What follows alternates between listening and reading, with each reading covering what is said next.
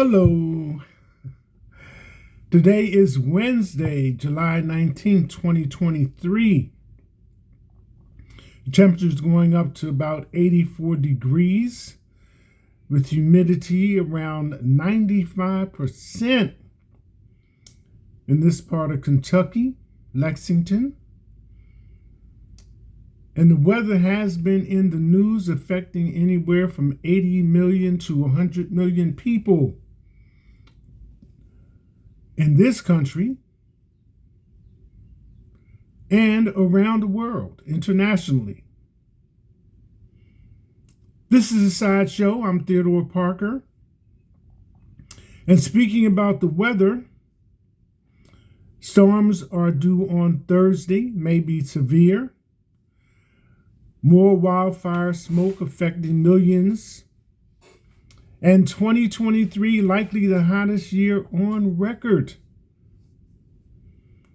Around this area, the pollen is high, although the air quality index is good. I'd already mentioned some things about hot weather preparation, hydrate. I know you're going to have something cold, but don't forget about water. And also, remember to have a good meal, because it does affect you sometimes in weakness, lightheadedness, things of this nature. So, eat accordingly, but make sure it's enough to sustain you throughout your activities. This is a sideshow again. I'm Theodore Parker. If you're watching the sideshow on Facebook and Instagram, don't forget to like, comment, and share. WhatsApp is also included in that for messaging. The sideshow on YouTube. Like, comment, and subscribe. And also the sideshow coffee cup. Black ceramic with the sideshow logo on it. Buy from me for $17 plus shipping and handling. Pay me through Cash App. $TR Parker 1.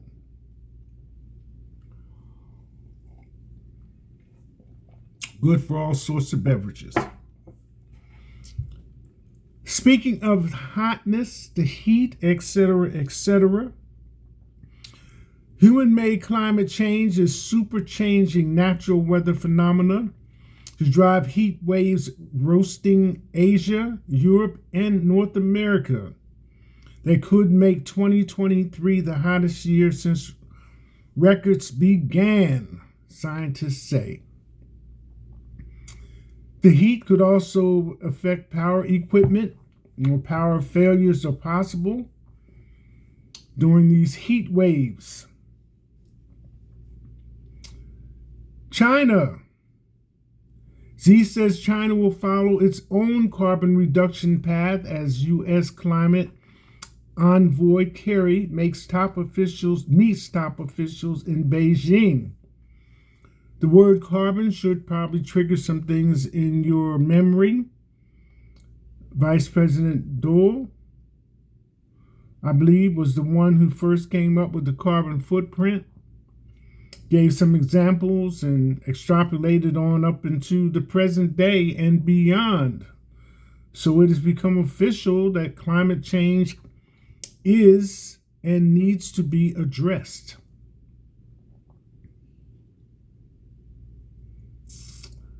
Something that I'm interested in, Great Cycle Challenge. I like bike riding.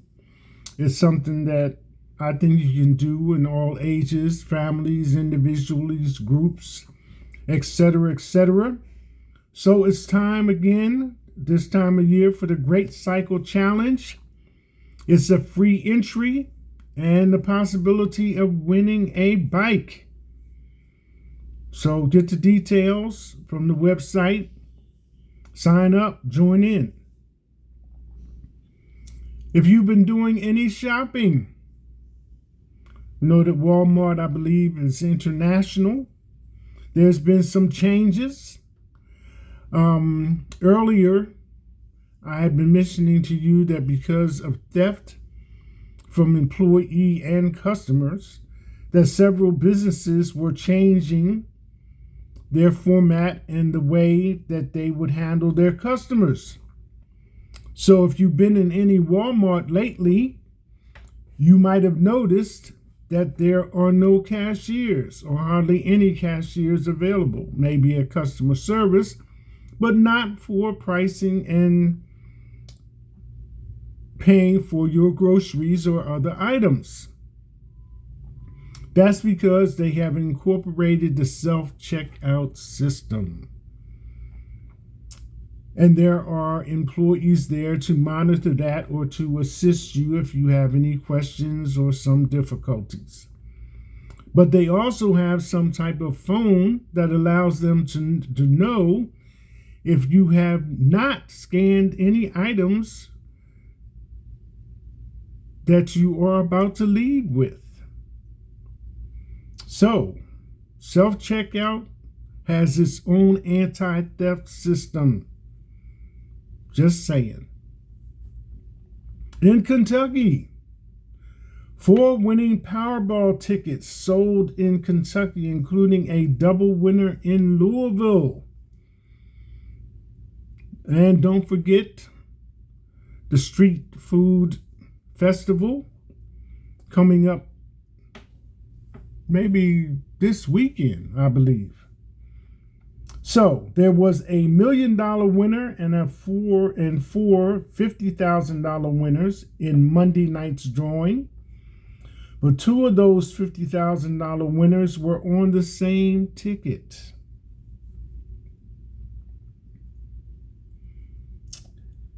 You know, they've been having the writers' strike for Hollywood and TV over the past little while. I think it's up over 100 days or close to that. And now they have been joined by SAG, Screen Actors Guild. So you got a double punch going on there with that strike, which kind of makes sense because if actors don't have any scripts, then they might as well join in with the writers and try to get something going as far as better pay and better conditions or whatever the details are that they are negotiating. Monday was ice cream day. I wanted to get on here and mention a couple of these things because, you know, I scream, you scream, we all scream for ice cream in the heat. So whatever your favorite flavor is, whether it's from Baskin Robbins or from your local grocery market, then you had the opportunity and still do to indulge. It is something that you can have year round, but it's particularly enjoyable during the hot days of summer. Ice cream day, Monday just passed.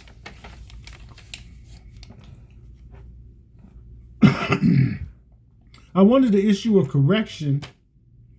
I had mentioned about France and the 17-year-old young man that got killed by the police officer. So I mentioned that Algiers, and I may have said that Algiers was in France, but that's not true.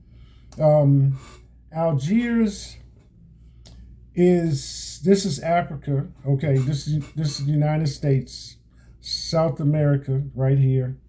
Then we got Africa, and this little purple part right there is France, and then right over here is Algiers. So there is a difference. And surprisingly enough, you got Spain and then Portugal all in that same little area. And for some odd reason, I thought that Portugal was in South America because the Portuguese have this same language, and a lot of times when I'm not able to recognize a dialect, then I attribute it to being Portuguese because it's similar to some of these other languages. But anyway, the correction is Algeria has its own country in northern part of Africa, and Spain as people that leave from that country and come and live there of Algerian descent. So the latest update is France and Algeria not the same. That's my correction. In the past few weeks, France made international news after riots erupted in the wake of police killing of a 17-year-old French boy of Algerian descent in the Parisian suburb of Nanterre. Police responded with violent force, drawing condemnation from rights groups. For consecutive evenings, thousands were arrested in Paris and in Marseille. Another young man was killed by a police flash grenade, sparking further protest. I don't know if you caught the thing about the AI interview. They had several robots or whatever, and news reporters were interviewing them and asking questions to see on what level they would answer. It wasn't so much that they were made up to represent the human form in its entirety, but they, had the representation, and they were accompanied by their creators, designers, whatever the proper word is for that type of technology, and were questioned by the reporters. So one particular one that went into highlights was and is the question whether or not these AI robots would at some point become a threat or autonomously intelligent enough to take over from humans. And it was a persistent question from the reporters in the audience. And each one kind of assured them that they were not intending to do that. And one AI robot answered, that's not what I desire, or not what I want, because I'm being treated nice, which in itself is a qualifier. And plus there was a facial expression like accompanying the comment. So that brings us to talk of AI dangers has run ahead of the technology, says Nick Clegg. The former Liberal Democrat leader and Deputy Prime Minister said concerns around open source models, which are made freely available and can be modified by the public, were exaggerated, and technology could offer solutions to problems such as hate speech. And see, I wasn't aware that you could buy one and get it to do whatever it is that you want it to do, per se. It comes after, and again, drum roll, stand by. It comes after Facebook's parent company Meta said Tuesday that it was opening access to its new language model, Llama 2, which will be free for research and commercial use.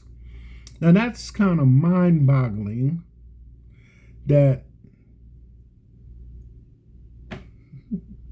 Facebook,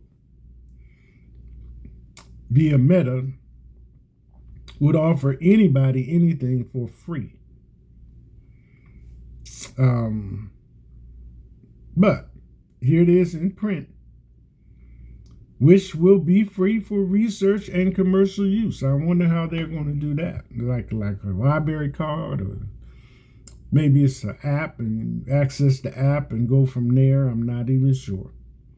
Generative AI tools such as ChatGPT a chatbot that can provide detailed prose, response, and engage in human-like conversations have become widely used in the public domain in the last year, which I have commented on in previous programs. Speaking on BBC Radio 4's Today program on Wednesday, Sir Nick, president of global affairs of Meta, now we have the connection, said, "My view is that the hype has somewhat run ahead of the technology." Hopefully so. I also wanted to kind of comment on some of the things I mentioned to you about heat, short-temperedness, and people being cranky and various other things like that. So in the earlier part of the month, matter of fact, right at the beginning of the month, I went through a couple of experiences which kind of baffled me, caused me to say, what in the world is going on? And why is this not something so bizarre, so unexpected that I had really had to just sit back and be dumbfounded for a little bit. So let me relate it to you. The first one is I had decided I would give myself some time, and I arranged for a hotel stay. So the first night, everything was fine. I checked in, and I noticed in the lobby area there was a sign posted that said $250 deposit, right? So, but at the time of check-in, the person behind the desk, didn't request the $250. So, I mean, I used the booking, app and all that kind of stuff like that. Because I had called and wanted to go right in. They said, well, no, if you come right in, it's this and that and so forth and so on. You have to put in a reservation, which, I've traveled enough to know that much. So that's not a surprise. And stayed various places and hotels to know that you do have to reserve a room. So, everything went fine, so forth and so on. So I come back the very next day. There's a different person on the desk. And I had done the same, reservation arrangements and things of this nature. And I did have somebody with me. So, and other people were checking in or coming up to the desk as well. But of the 2 or 3 people that were ahead of me, they just seemed to leave. So when it was my turn to present my information and all of that, the person said that they needed the $250. Well, I mean, I've traveled a lot, and spent, again, like I say, days in other places, and I've never remembered having to pay a deposit on a room. If I get a reservation, then that kind of negates the deposit if I provide, card information. But this person was adamant. No, we need the $250. So I'm not really the kind of person that gets into making a scene, but I was just here, and the other person didn't say that, and their name says, which is the same name of the person that was sitting here last night, is in charge. Now you're here, and you saying you want $250. So to say the least, that didn't sit well. And if you remember, the first beginning of this month was all storms and rain all weekend in this area, and high levels of water and all this other kind of stuff. So that's when that was the weekend before. So that the first weekend of this month was just bad weather, rain, thunderstorms, and the rest of that. So I called back to the booking company and explained to them, you need to check this out because you got one person on the desk not asking for it, and you got another person on the desk in less than 24 hours asking for it. So they called me back and they said, well, like, it is, posted, they can ask for the 250 and so forth and so on like that.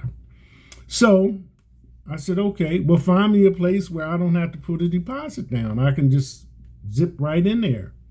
So they did, and it was okay. I had, accommodations and stuff like that. The first place, offered the continental breakfast and all the other kind of stuff, which is more what I'm used to traveling with or staying around. So they booked me in this other place, which was cool. They didn't have, the continental breakfast, but everything was like close enough where if I had to come out to get something, I could just basically go across the street and get it. So that's how that went. But I was really perturbed because I liked the first place because it was convenient. You didn't have to come outside for anything. Everything was contained inside the building and everything else. So it's just a difference in venue. So I just kind of like let it go because sometimes it takes more out of you to try to pursue a bad experience, to you didn't just drain the life out of it than it is to let go and move on. And like I also have the opinion that, if you close this door, then evidently it must be another spot down the street that I can get into that's not even half the difficulty, So, on to experience 2.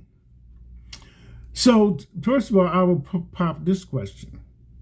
Tell me if you know of any place in the United States where a state-issued ID, driver's license or non-driver's license, is not acceptable as identification.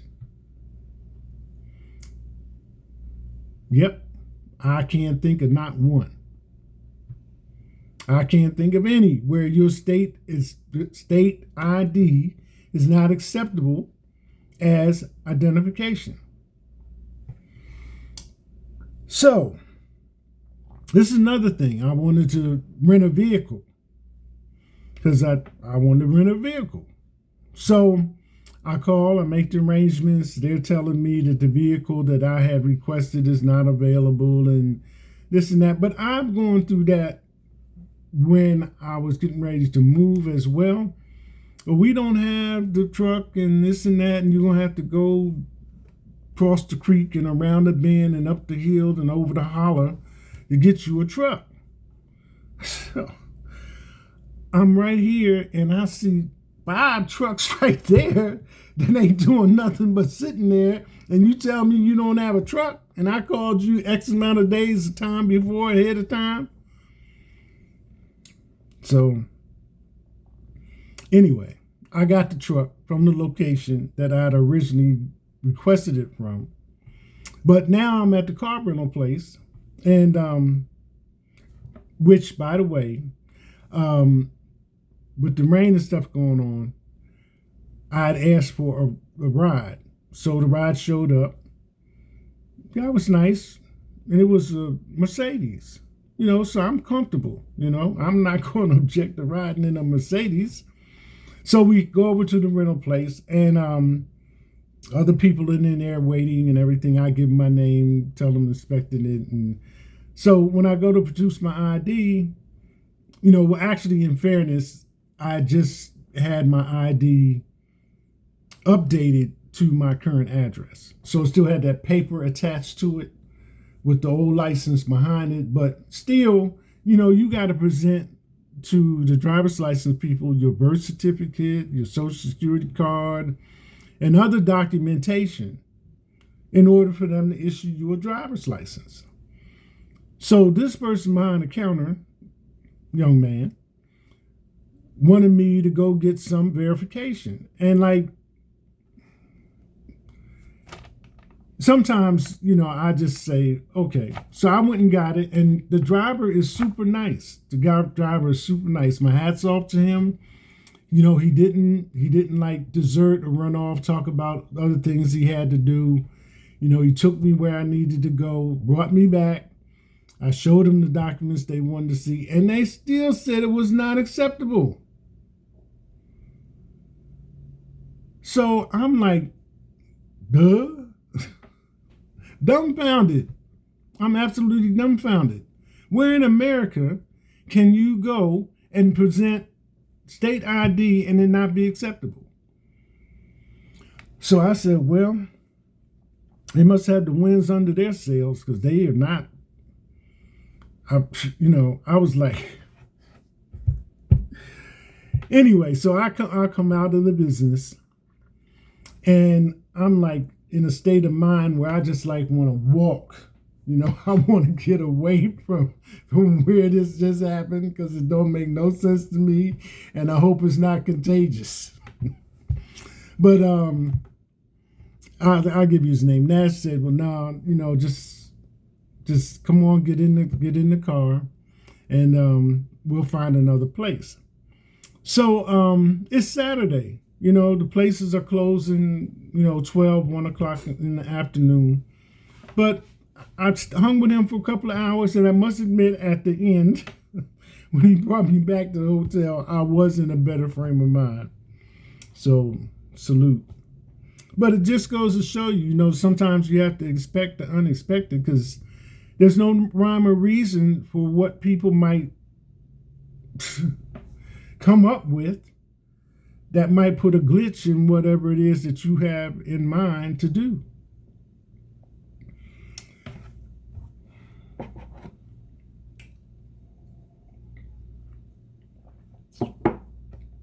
So, that being said, here we are. Yesterday was Tuesday, July the 18th. And in case you missed it, I'm here to tell you that yesterday was International Nelson Mandela Day. And it kind of fits in because you got to have a frame of mind to know whether you need to jump over, slide around, or totally ignore things, right? Within reason. Because this ain't right. So you just, that's not on me. That's your bananas. That's all you. I'm not involved in that. That's you. Keep that over there. And like I say, hope it's not contagious. But anyway, Tuesday, July 18, 2023, International Nelson Mandela Day. Who does not know the name Nelson Mandela? Nelson Mandela International Day holds a dual significance. It is a commemoration of Mandela's life, recognizing his unyielding struggle against apartheid and his endeavors towards establishing a multiracial democracy in South Africa. International Nelson Mandela Day, held annually on July 18th, is a significant event dedicated to commemorating the extraordinary life and enduring legacy of the South African leader Nelson Mandela. This year, the celebration marks the 105th birthday of Nelson Mandela.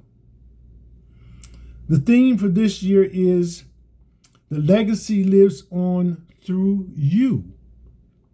Climate, food, and solidarity. The theme for 2023 emphasizes the relevance of Mandela's legacy in addressing contemporary issues. He won the Nobel Prize for Peace in 1993, along with then South Africa's President F.W. de Klerk, for having led the transition from apartheid to a multiracial democracy. Mandela is also known for being the first Black president of South Africa, serving from 1994 to 1999.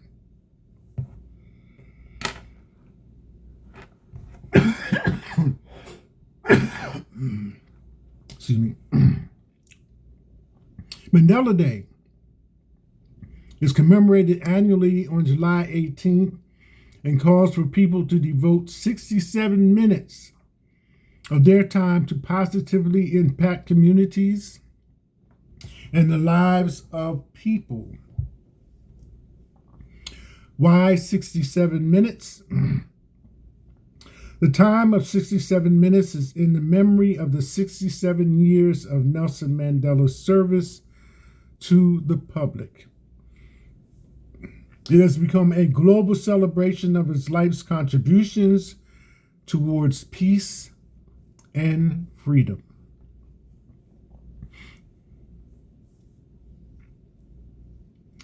That's it. Hashtag